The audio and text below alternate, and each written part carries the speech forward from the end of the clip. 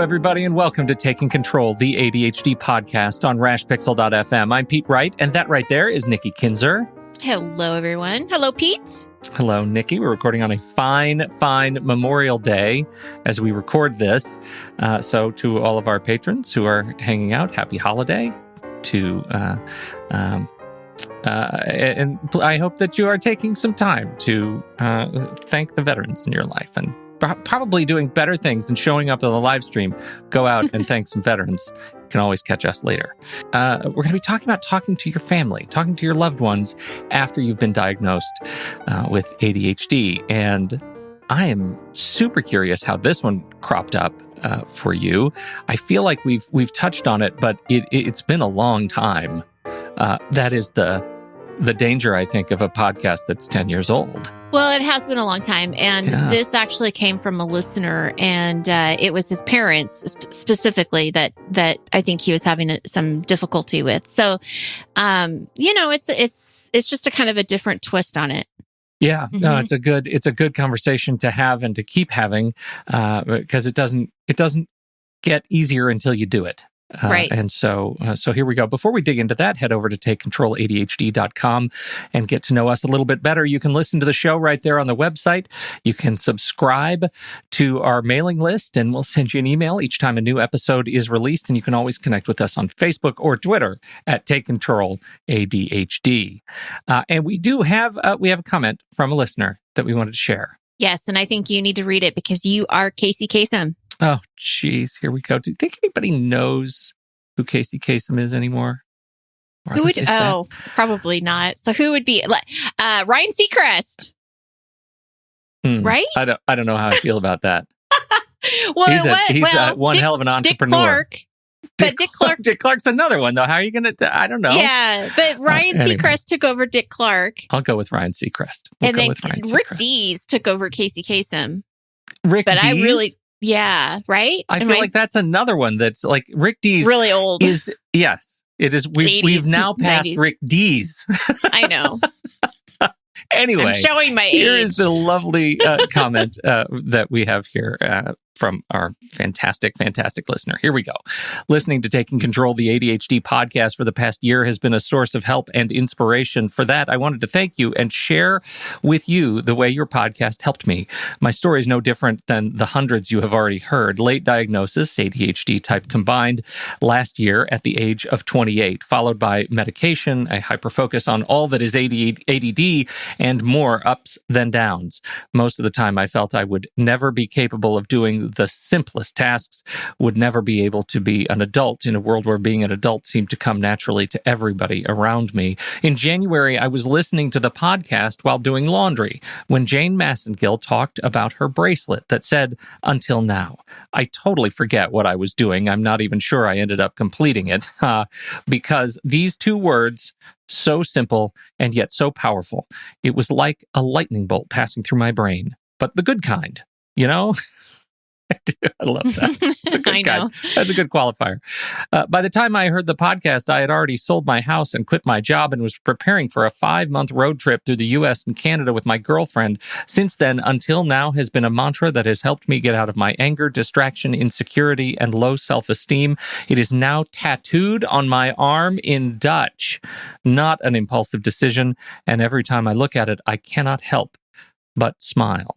So thank you again for reaching out and helping me, and I suspect many others in ways you may not even be aware of. Keep up the good work. Thank you so much for that message, and we'll call you Anonymous. I feel once again left behind that I have yet to get an ADHD-related tattoo. Well, that's it is inspirational. Yeah. Yeah, it is very much so. Well, and it's interesting because a group member of mine recently did get a bracelet engraved that says "Until Now" because it was also something that really resonated with her. So I want to say thank you to Jane for being such an inspiration. And, this person that wrote in, thank you for writing in and sharing your story. And to the group member who did the engraved bracelet, I think it's really important that when we find something like that that really resonates and means something to us, that you remember it, however that is, whether that's a tattoo, a bracelet, a necklace, whatever, or even just a Post-it note on your computer, so that we don't forget. If this show has ever touched you, if it has ever changed the way you live with your ADHD and you allow your ADHD to live with you, we sure hope you would consider supporting us at patreon.com/the ADHD podcast. Supporters there who have chosen to share with us their hard-earned cash each and every month pay for equipment, they pay for hosting, they pay for transmitting this podcast around the world, and they help us and inspire us to get up and do these shows every week over the last almost 10 years. They also are fantastic members of the Discord community and our Facebook private members-only group, and they have access to, more importantly maybe than Nikki and me, they have access to each other. And that is an incredible gift that all of our patrons are giving to one another, their time and attention in the group, their support, their shoulders to lean on, and resources to share. So we hope you will consider sharing your resources with us and keep this community growing and thriving. Thanks to you, we are able to devote even more of our time and attention to the ADHD community. Patreon.com/the ADHD podcast to learn more. Thank you, everybody.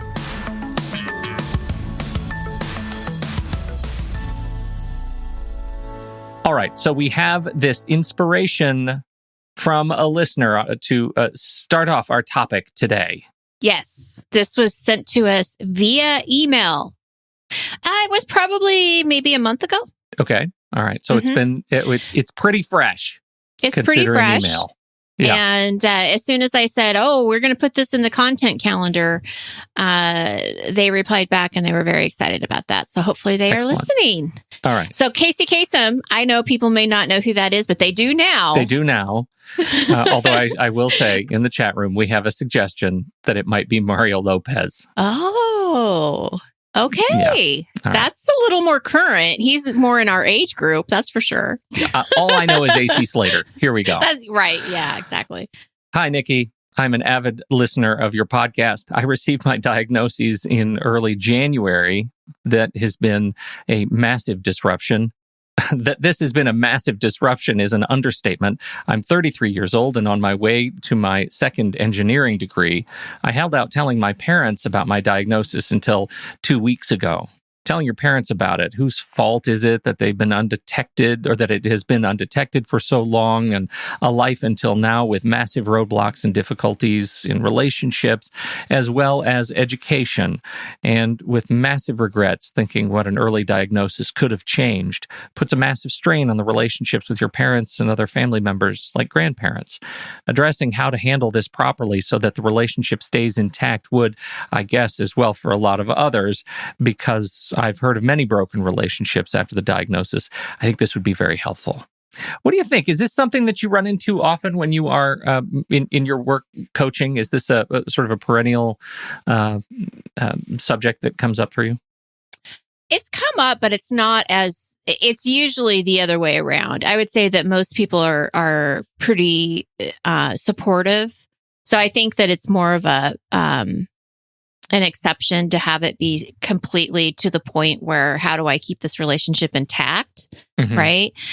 Which I think is positive. But with that being said, I still think it's really difficult at first. I mean, I don't know if it's really an easy road to necessarily take. There's a lot of push and pull, right? After being newly diagnosed. I think that the person that has the diagnosis is probably, what I see and hear, is relieved to understand, what's going on, that there was a reason for some of the behaviors and some of the challenges that they were facing.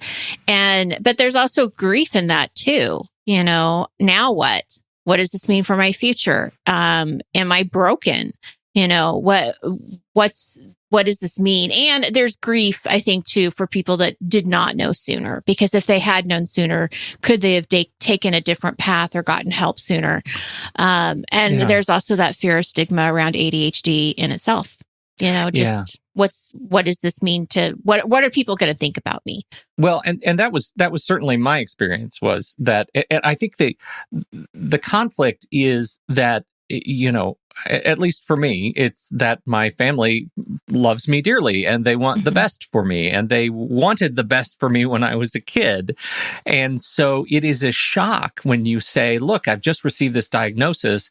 It explains a lot for me, because their reaction, even if I put it in the most gentle way possible, their reaction is, oh my God, we didn't do enough.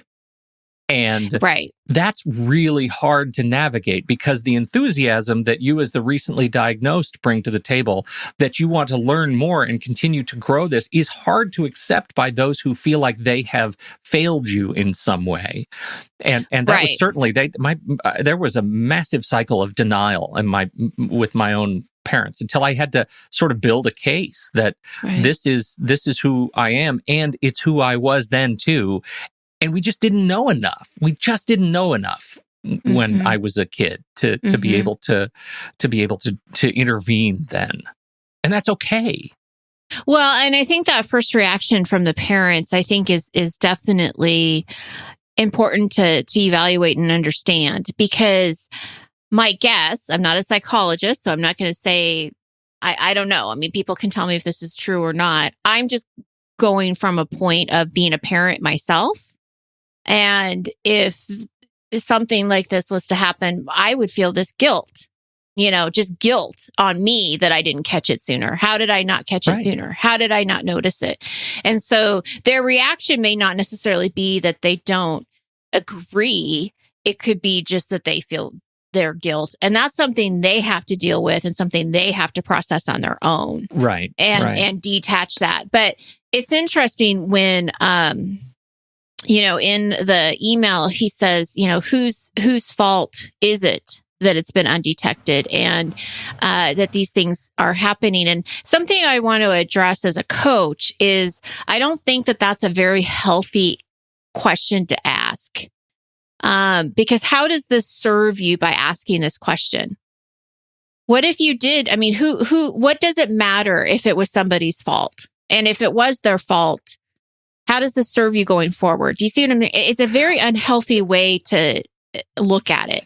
Yeah, I just wonder what it means in this case. Whose fault? Yeah, I mean, it's hard to say. I mean, we don't know. That's what I mean. Like, how do you even define what fault is? Is it fault for not catching it? Is it fault for somehow creating an environment that fosters ADHD with some sort of intention? Like, it is and not, if it's genetic, which a lot of research says it is, then that there is some sort of component that it just feels insidious to the relationship. So you want to talk about keeping a relationship intact? I think you've got to take the fault out of it. You've got to take the shame out of it. You've got to just find some way to distill it down to just the truth and fact. What is it that is truth and fact of this? I have a diagnosis. It explains some past behavior to me, and I'd like to help you understand it, and I'd like you to help me as I move to this next chapter. That's all it is another chapter. I think that's a really good point, is that, this is just truth and fact.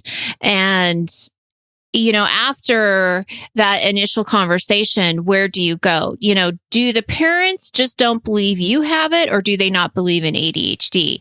These are two separate things, right? That's a really good question. Yeah. If they don't believe that you have it, then it could just be a matter of education, right? And educating them, like, okay, this is what the doctor has found. This is, the tests I took, this all makes sense to me, and being able to educate them and kind of let them see the journey you've taken to get to this point.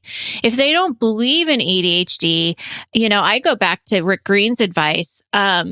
And he's done a couple of blog posts about it. And I think it's great. He says, when I come across somebody that doesn't believe in ADHD, I say, well, you know what? I used to think the same thing until I got my diagnosis and I learned more about it. And then I, saw that there was an actual reason why I did these things. Or, if you don't want to go into that detail, well, you know what? I used to think that too, but my mindset has definitely changed recently. You don't have to explain anything, but I think it's just kind of going back to that. I used to think that too until, And, with parents, look at the diagnosis, review the paperwork with them, so they can see how it came to this conclusion. But I think with anything, you can't convince somebody to believe in something they either don't or do, either do believe or don't believe. So I don't want to put the pressure on the ADDer to feel like they have to convince their family that this is a real condition. That's where we need to protect the ADDer. You know what I mean? And really say, okay, at this point, what are you going to do going forward? Because you need to figure out what this means for you and how this is going to relate in your life, especially as an adult. Because even though as adults, we want our parents' support and acceptance, right? But if they really don't believe in something that we know is to be real, somehow you have to come to terms with what is that going to look like. And I'm not saying to abolish the relationship at all. I hope I'm not going down that road. Right. But it's also I like the way you put it. You have to sort of protect the ADDer, and there is, again, from personal experience, not to saddle this as a global experience that everybody's had, but I know that there was some part of me, as soon as I had that initial conversation with my mom, it's been 20 years, where there was this foreboding sense of kind of doubt that, how could this have been? I surely would have noticed kind of feeling. My initial gut response was, your disbelief is causing me to bristle. Your disbelief is causing me to go into sales mode and go into I'm going to convince you now that this is all me, and this is incredibly frustrating, that you're not more open to hearing this, and that we all have to be reprogrammed. And I would get increasingly sort of angry that there was a questioning of my new reality when it was such a warm place for me. And that was really hard to do, to get past, because you want to sort of proselytize the experience. This has been transformative, and now it's my job to tell the world, look at what I just discovered about myself, and now it'll all be different.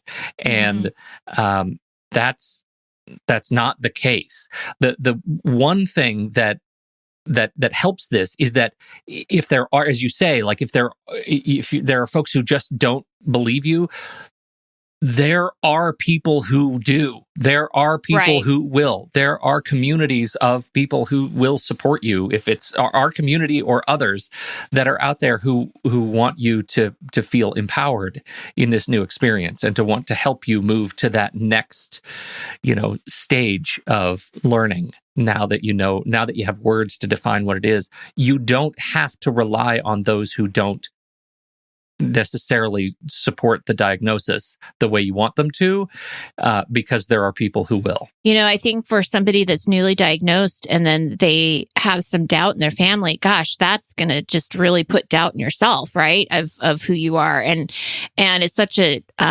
disservice to the person. And that's why, again, I want to really protect the ADDer and say, this ADHD does not define you. You're not broken. You do not need to be fixed, and it's not your fault. These are the things that you need to remember. And then going forward, learn about your ADHD, learn about how it affects you. What areas do you see it coming in? Come to terms with it. Accepting it is a whole process in itself, right? Whether you're relieved or not, it's a whole process in itself to have to actually accept it. And then you begin to work with it and not against it. And I think that's, again, educating yourself. And then, like you said, Pete, you have to have that community. You have to get people around you. Find your tribe. You're not alone. That could be therapists, coaches, ADHD communities. They're all over. So just find them and connect, because then you'll start to feel, okay, this is more normal than I thought. I'm not by myself. I had somebody say, or I was watching something, and now I can't remember what the topic was. And it wasn't about the Me Too movement, but it was something about when they connected with somebody that was in the same situation. Oh, it was veterans. That's what it was. It was the veterans' families. So it was the caregivers that have to take care of the veterans after they come back and they're wounded or, that kind of thing. And they were saying that one of the biggest comforting or one of the most comforting pieces of being in this community of support was just hearing Me Too. And so that they could talk to another wife or a husband or a grandparent and they all understood what it was like to be now a caregiver. And so I think it's the same thing with ADHD, having that just somebody else to say, yeah, I get that. I totally understand that. There's so much power to that. And then I got to circle back around to the beginning of our show when we were talking about Jane's mantra. There can be a lot of grief about what happened in the past, but we can't change it. It's not relevant anymore. And so think about those words until now and, really think about what that means for you, because now you have information that you didn't know or have before. And so your future can be different. It can look different. It can be on your terms.